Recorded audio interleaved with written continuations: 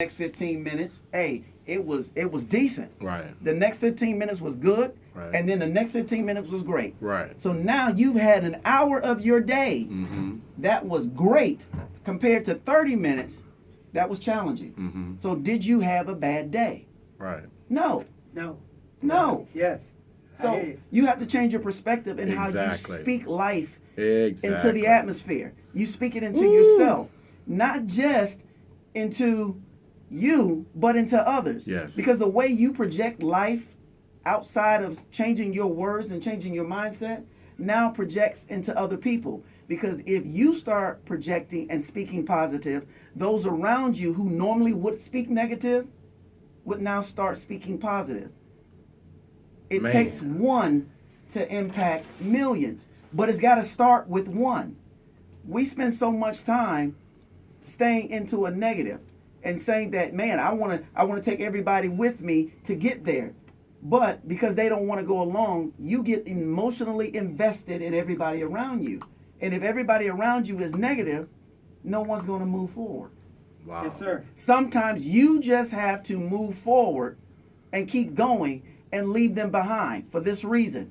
When they're ready to come, you're already equipped to help them to get to where you are. Oh. Boy, you lighten up Facebook. You lighten up. Go ahead, brother. So we got. So I had to really literally change the way that I spoke about life in order to impact the millions. So one of the things that came upon me, and I had a great opportunity with my mentor and my longtime friend Johnny Wembry. He wrote a #1 best-selling book, From the Hood to Doing Good. And he gave me an opportunity to be able to co-author a book with himself, Les Brown, one of the fathers of motivational speaking, and Nick Halleck.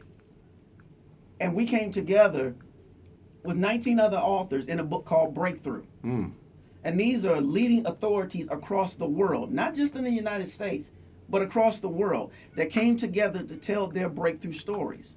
And my chapter in the book is called Confessions, because I had to deal with the fact that I had to profess to myself that I didn't like myself. Matter of fact, I hated myself. Right. Because there was this perception of me as being this great person. This was the kid who excelled in high school. This was the kid who went to college. The man who went to the military. The guy who had 6-figure incomes and was doing great.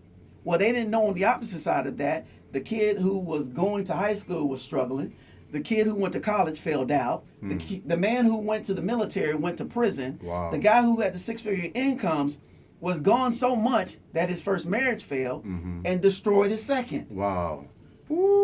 I hear you. All right, make it plain. So I had to realize that there were a lot of things about myself that I didn't like, but I was professing what everybody else was professing about me, when in actuality it wasn't the truth. And I had to look myself in the mirror and tell myself that I am a codependent, pathological, lying failure. Yes, sir. And when I can accept that truth about